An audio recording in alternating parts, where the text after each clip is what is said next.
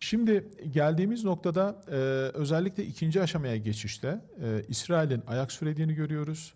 Çünkü hiçbir şekilde kendisini belli bir sürecin neticesinde Filistin'den çekilmeye, Gazze'den çekilmeye itecek ve Gazze'nin tekrar Gazze'liler tarafından yönetileceği bir durumu görmek istemiyorlar.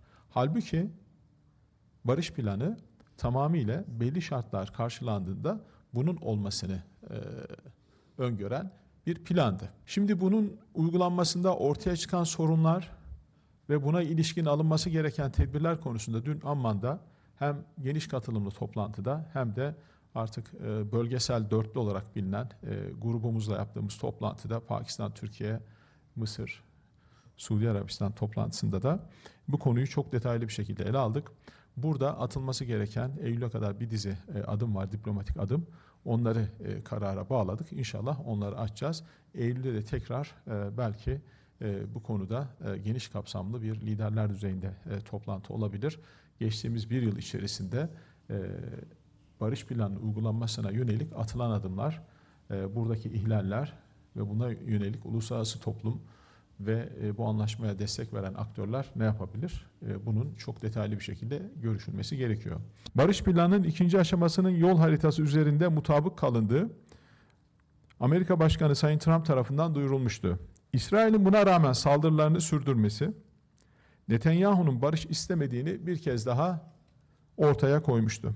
İsrail hükümeti barış çabalarını sabote etmeyi ve Filistinlileri Gazze'den koparmayı hedeflemekte. Bu hedefi de değişmedi. Mümkünse Gazze'yi Filistinsiz bir yer haline, onların yaşayamayacağı bir yer haline getirmeye çalışmakta.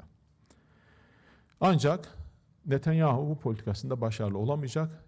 Gazze'liler Gazze'de yaşamaya, geleceklerini inşa etmeye devam edecekler. İşgalci İsrail'in karşısında ana yurtlarına sahip çıkan cesur Filistinliler ve gerçekleri giderek daha iyi anlayan uluslararası toplum bulunmakta. Gelinen noktada Gazze'de ateşkesin kalıcı hale getirilmesi, barış planının ikinci aşamasına geçilmesi ve yeniden imar sürecinin başlatılması dışında bir seçenek yoktur.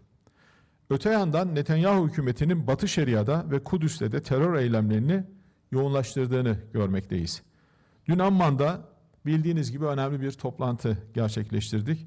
Burada İslam dünyasından 20'ye yakın ülkenin katılımıyla İsrail'in Mescid-i Aksa'ya hedef alan mütevaciz eylemlerine karşı kolektif olarak alınabilecek tedbirleri görüştük.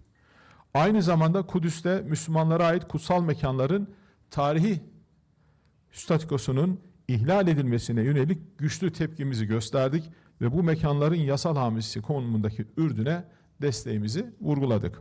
Suriye savaş boyunca bölgemizde istikrarın korunmasına katkı sunan bir ülke olarak ortaya çıkmıştır.